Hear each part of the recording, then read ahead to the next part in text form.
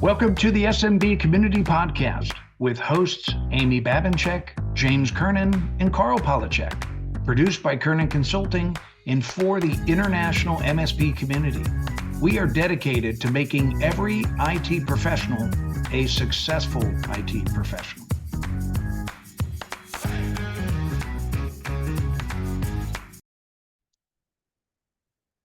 Hey there, this is James Kernan with Kernan Consulting, and I'm here to talk a little bit about the mastermind peer groups.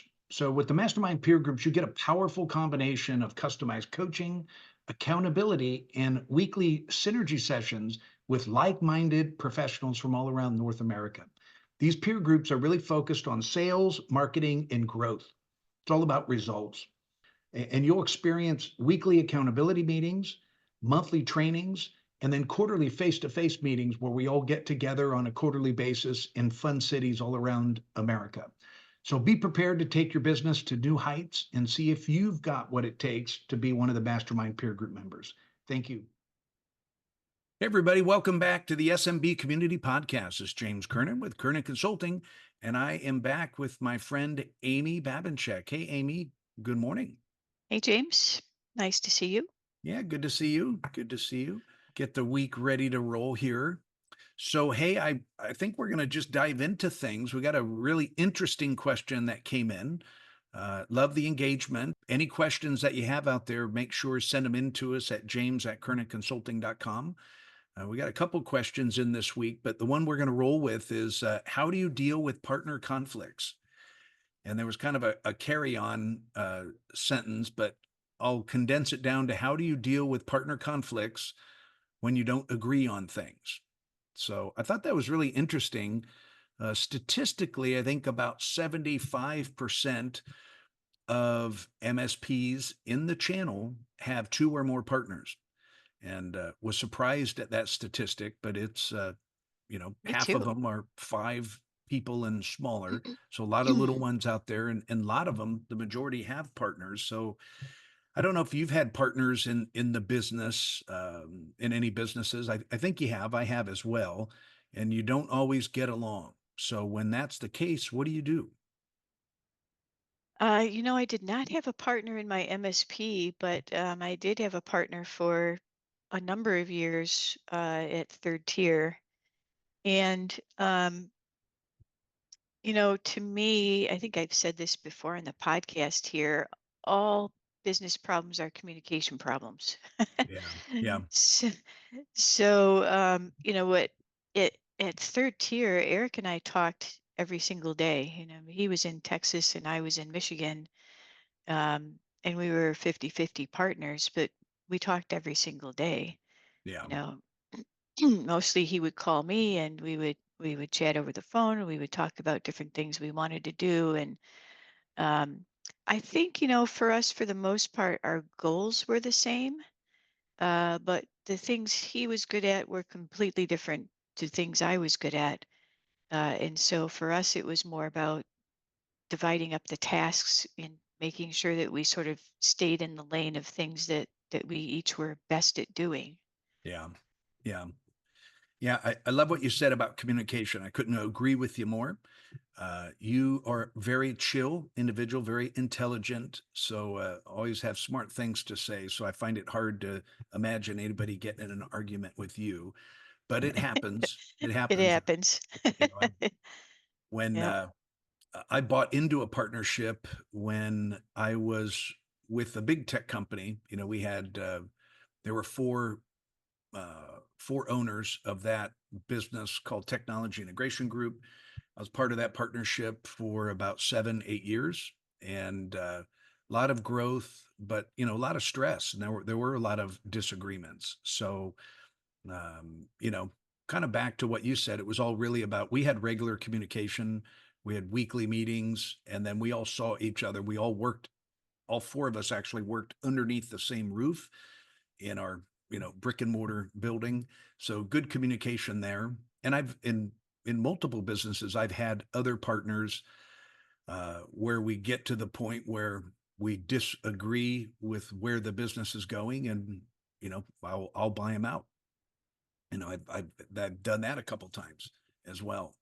So there's something I actually had written some white papers on this, and I pulled up some of my notes, and I wanted just to talk about it for a minute. But I love again what Amy said about communication. It's all about good communication, but your body language, your tone of voice, all those things are really important when you're communicating with someone, especially when you have a disagreement. And I frequently get involved now in the middle of disagreements with clients, partners specifically. I just had one last week. So, people were stuck on something, and I tried to be the voice of reason. But um, the 4 R's of conflict resolution: recognize, reflect, respond, and resolve. And the respond part, you really need to listen and understand the other person's viewpoint before you respond. So be quick to listen and slow to speak. And it's normal. You're not going to agree on everything all the time. I think it's healthy. And again, back to Amy's example, where you normally kind of stay in your swim lanes when you work with, good partnerships are made up where you're really strong. Maybe you have someone that fills in where you're not so strong. And that makes up a good partnership because then you can kind of stay in your swim lanes and you respect each other's expertise in those other areas. Yeah, you're gonna need to have your partner have this same attitude though, right? So if you don't want to be the one always making the efforts on things. They need to have that the same I love your 4 R's, right? So if you're having trouble getting to that communication point and things seem like they're at an impasse, fall back to those 4 R's, and maybe we can even put up a link to an article or white paper on that.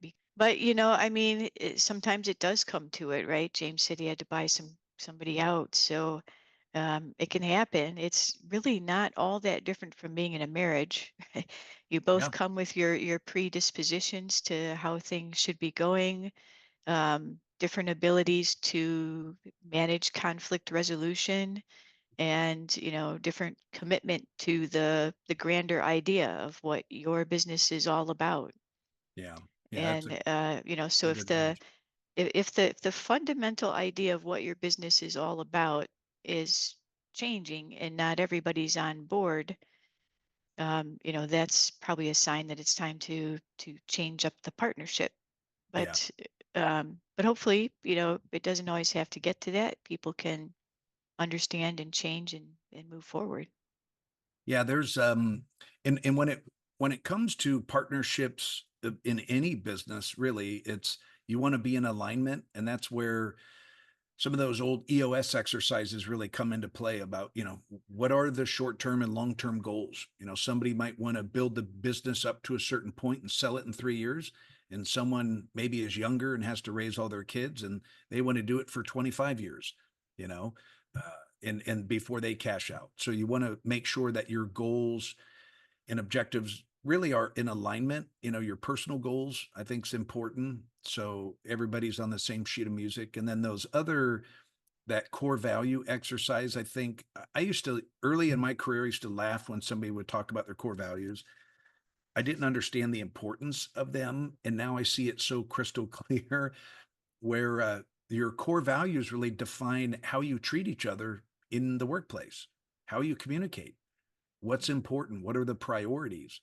And so, you know, that's a good way to kind of reflect back on what's the business goals that we agreed upon way back when, what's our why, what are our core values? Am I treating the other person with honesty and integrity and professionalism? Am I listening? Uh, and sometimes when we don't get what we want, we lose our temper and we're not very good listeners. So that's a tough situation to be in. Yeah, it may be good to revisit if you're really in a situation of conflict. It may be a really good idea to revisit those core values and your goals of your business and make sure that you're both still heading in the same direction, or that Yeah, you can agree upon a direction that you want the business to go to. absolutely. Absolutely. Well, hey, thanks for that question. Great question. Keep them rolling in. We'd love to hear from you. Any comments, feedback, or questions, Send them in. We'd love to respond to those. So let's talk about kind of what's in the news. It still seems like there's more M&A, M&A, M&A stuff, and we're hearing more about AI.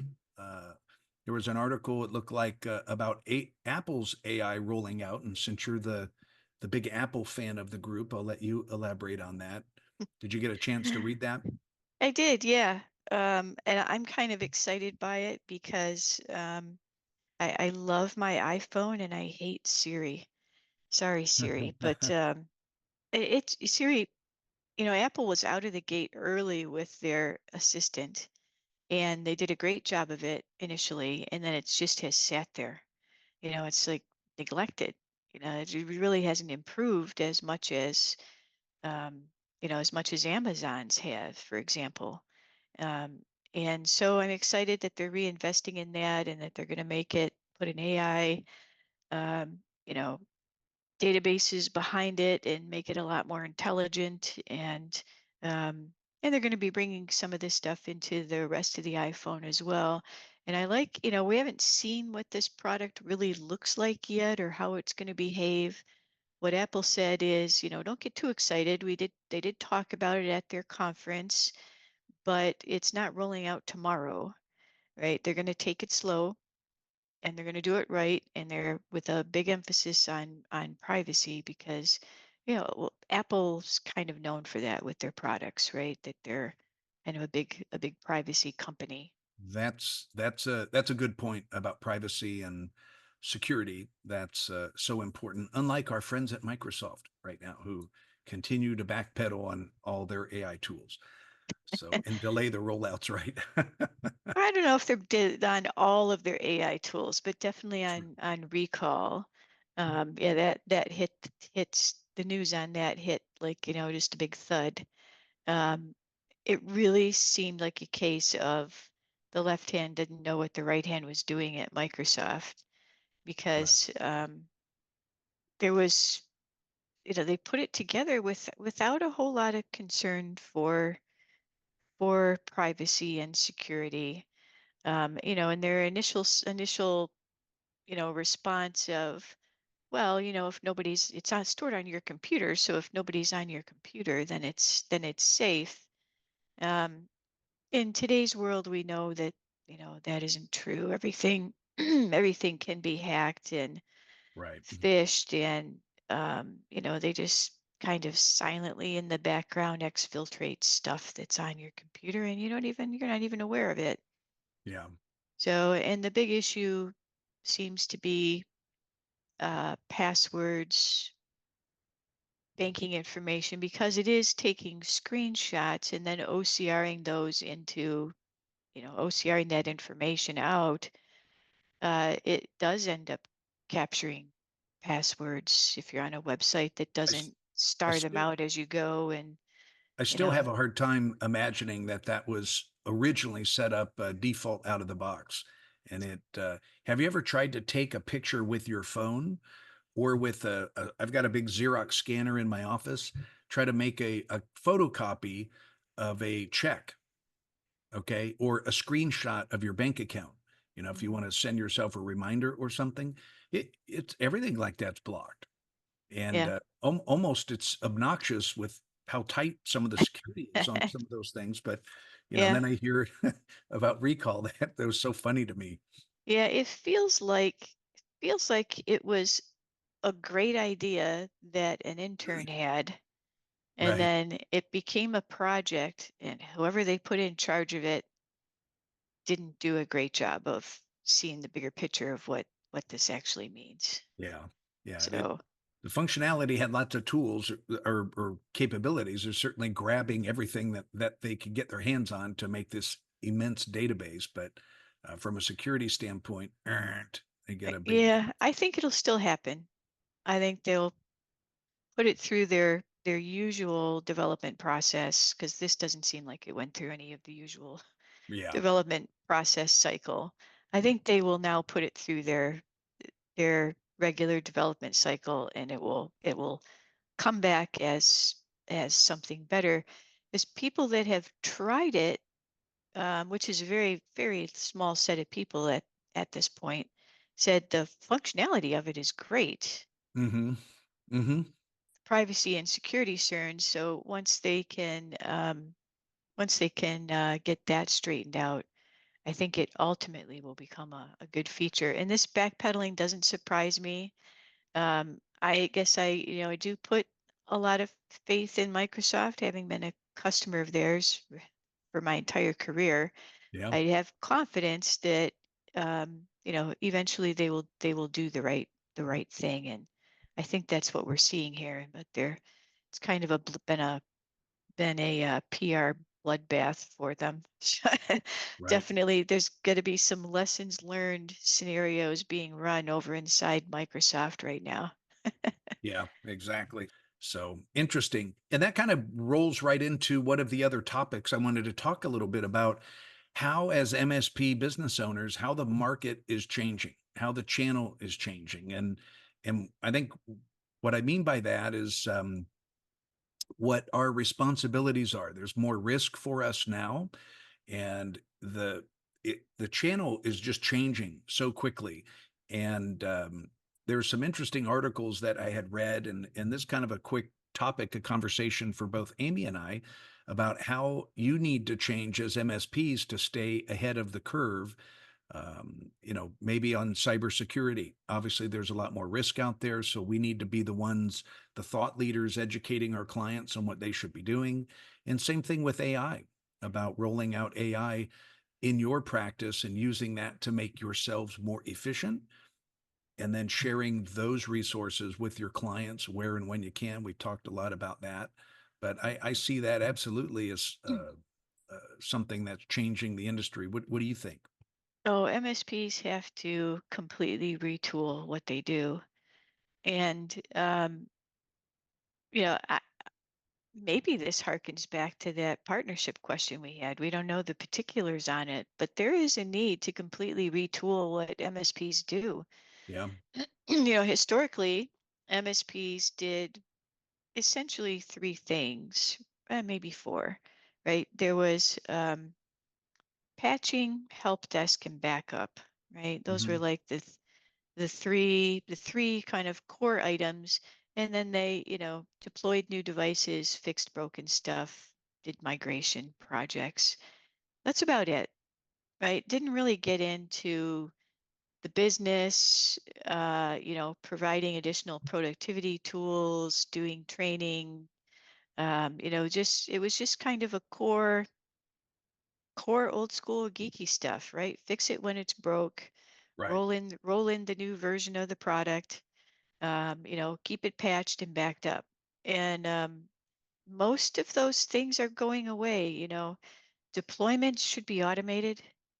So, if you have clients that have particular needs for things to be set up in a particular way, automate those deployments because those tools are readily available and probably built into the tools that you as an MSP are subscribing to already. So Right. you should not be spending much time on deployments. Um, it's okay to let things patch themselves these days because the problems with patching, if you're keeping up with a good rotation schedule on devices and not using junky, old devices, newer devices, patching just goes without error. Errors are so rare on patches today. Just let them run so you don't have to spend time doing patching either. Um, Stuff is in the cloud. Backups in the cloud need to be done. Um, they're a little more foolproof than they used to be. They need to be checked, but you don't have to swap the tapes. You don't have to, hey, there's a lot of that manual labor you don't have to do anymore. Right. So just a routine of checking it and make sure that it's still capturing everything that it was set up to. But that's like a once a month, right? Give it a look kind of deal, not a big time suck. But what we have to retool ourselves to do as MSPs is business productivity and security. Yeah. So everyone needs to become a security generalist, Hmm. and you know, your average ordinary run-of-the-mill IT guy is going to be doing help desk and security. Um, Help desk, of course, will never go away. People always need help, doing something, and Right. help desk is the front door of your business, and it's probably legitimately the reason why they're buying your service. Everything else, they're just happy to see, but if you don't have those smiling faces that they can talk to when they have a problem, that's the real thing that they want to buy. Right. Um, Another thing that makes them stay. Uh, And then, training. We have to be good at training. We have to be good at AI, which comes into AI is encompassing everything from compliance to training to security, right? Understanding all of that and helping your businesses, your clients use it in a productive manner, right? Mhm. It's no longer good enough just to say to a customer, as we always did in the old days, right? Roll out the new version of Office. Here you go. Have fun. Right. That's not good enough anymore. Right. It's roll it out, show them how to use it, train them up, help them become more efficient.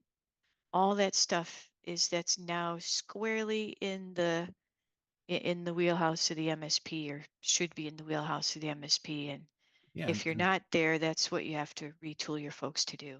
Yeah. And we need to step up our game as well on customer experience, good old customer service. We haven't talked about that for a while, but that's part of this. So in everything, there's more and more of these AI tools that we're going to see, or features that are going to be integrated in the tools that we use every day. And with that, Amy brought up training. There's a learning curve. So that's my encouragement to everybody is your partner, someone on your team, someone needs to be allocating more time on their calendar to go through the learning curve, to train and learn more about these tools, so you can use them internally, and then you can start sharing these with your customer. That's a skill set that we're all going to need to have. That's just the way the industry is changing. So Yep. uh, Yeah. that's a good Yeah, point. that customer experience that goes along with the automating deployment that I had mentioned as one of the things that you should be done with. Um, Customer gets a new computer, they don't even see you. They open it, they buy that computer from you, right? Well, if you buy it from me, I'm going to ship it over to you. You're going to open it. It's going to ask you a couple of questions, and then everything will be ready to go. That's a customer experience without you even being there, Right. right? 'Cause if they bought that computer from Costco or Best Buy or whatever, and they opened it, it wasn't going to be ready for them. But if you can provide the computer that's absolutely ready to them and all they have to do is unbox it and open it, they'll be thrilled with that, and they'll consider that to be an excellent customer service. And then, the other component of customer service is, of course, help desk. I've Hmm. always been a big component of doing your own help desk with your own people, and not outsourcing that, because customers want that personal interaction Right. with you or with your staff. Yeah. Yeah. You build relationships with people that you talk to often, and that's Mhm. important. Want different voices every 5 minutes. Oh yeah, yeah. Even you don't always have to be talking to the owner of the company.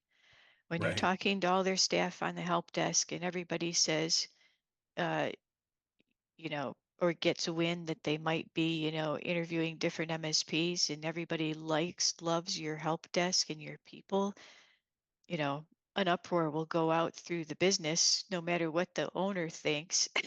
I'll be like, no, Well, no, no, we love these guys. yeah, I couldn't agree with you more on that point. There's a great book out there, called Built to Sell. And John Warlow, the author, his point in the whole book is your business is worth more without you, the owner, working in it.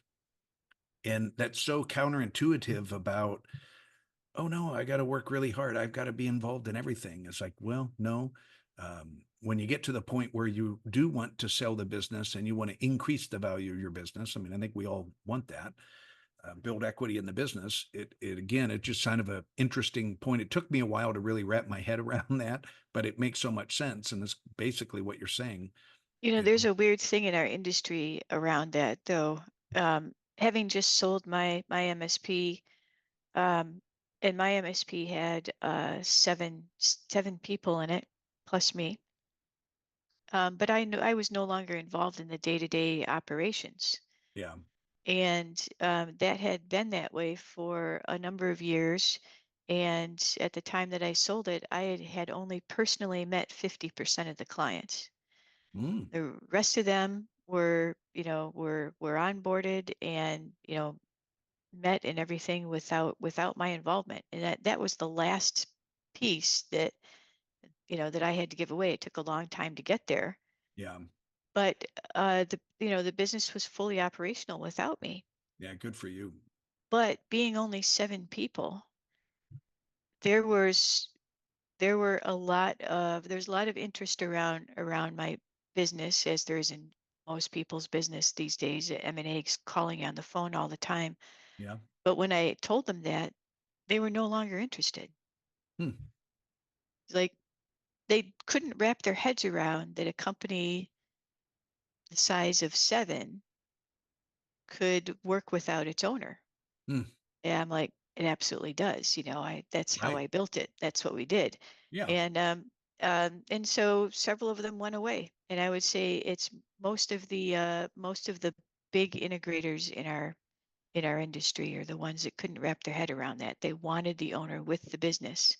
Hmm. And the funny thing is if you're bigger though, if you're 20 people, 30 people, now they don't want the owners.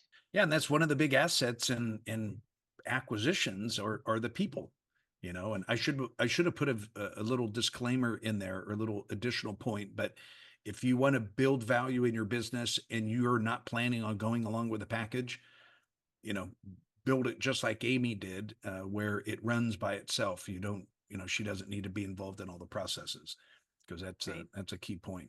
Anyway, good stuff. Good stuff. Hey, I've got something else. We've got 5 minutes with a smart person.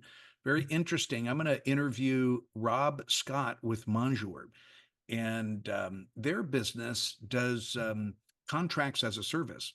So they've got a monthly subscription service, and all the contract language and proposals and MSAs and employee agreements and shipping and receiving terms and conditions, website. I mean, there's so much legal ease that goes into all of this now. It's Well, what they we've do. talked about how much that has changed recently, Yeah, right? yeah. There's new employment laws, there's new liability laws. Well, there's new liability concerns for MSPs.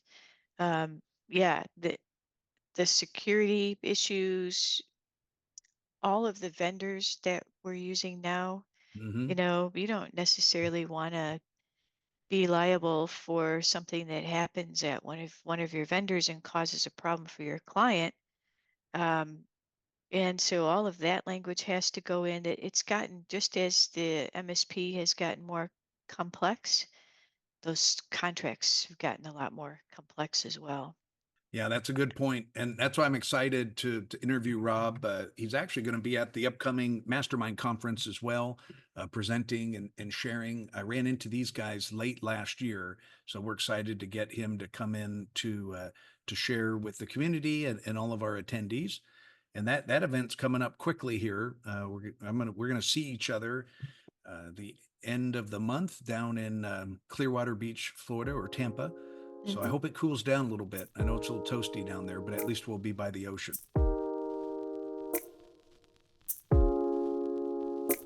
Today, I've got a very special guest, the co-founder of Monjur, Mr. Rob Scott. Rob, welcome to the program.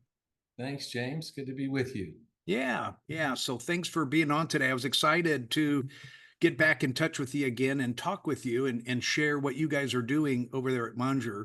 Help the audience understand what your service looks like. I call it contracts as a service. I did a demo and really liked what I saw. Let's go a little deeper into what the service looks like.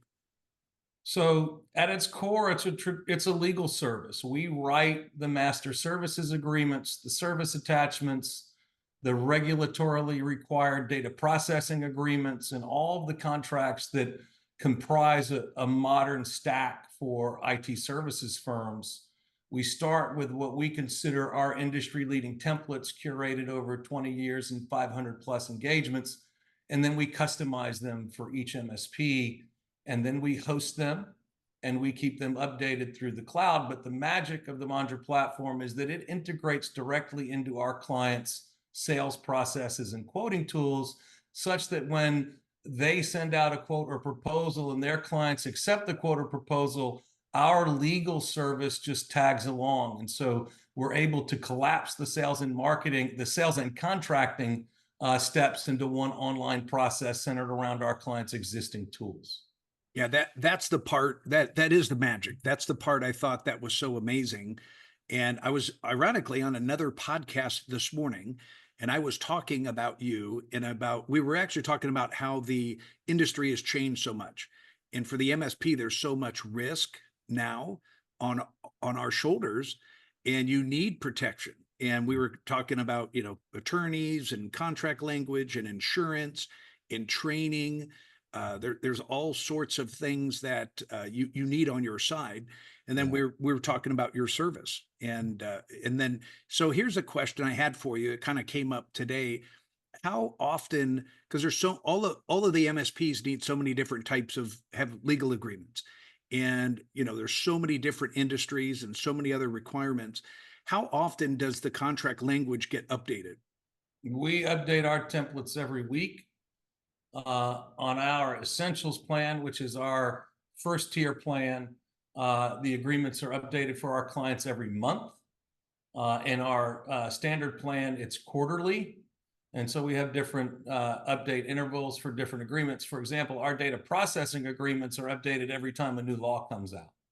Okay. So if you think about all these state laws that are passing data privacy laws, every time there's a data privacy law that comes out in a U.S. state, we evaluate it, determine whether or not and to what extent it affects our customers. And if it does, we push those updates to them when those laws come out. So last year we had Virginia, Colorado, and Connecticut all pass data privacy laws. Our clients' agreements have long since been updated to reflect those laws. Okay. And then how does it work? Like if I send out a contract or a proposal today with a contract on it, someone signs it, executes it, and then obviously there's updates and revisions to that same agreement later. Mm-hmm. How does that work if a legal issue pops up and we've got to go back in time to the date they signed it and approved it? What does that look like? How does that work? Well, you may not be in a situation where you have to go back and look at it, because what we do is something called browser wrap. It's something that we took from the large enterprise, but it basically says that when the customer signs up to an agreement for the first time on the Monjur platform, it includes in the quote language that says that the provider has the right to update the terms and conditions and give the customer notice. Got it. So it's those updates and those notices that are part of the service that we offer. So, when our agreements are updated, our clients don't have to go to their clients and obtain a new signature because Colorado passed a data privacy law. Good. Or because we make a tweak to some language. What I tell my clients is rely on the browser wrap. If it's not something that would have changed the customer's opinion to do business with you in the first place. If it's something that would have affected their decision, then you present it to them. And just like you would, if it's a significant price increase or a structural change, or it's a significant change in services, all that still needs to be signed. What we're trying to do is make it easier for the MSP to put all their customers on a single contract form and to give them a way to easily keep all of their customers updated. What we find is that MSPs enter into agreements with customers. They generally let them auto-renew.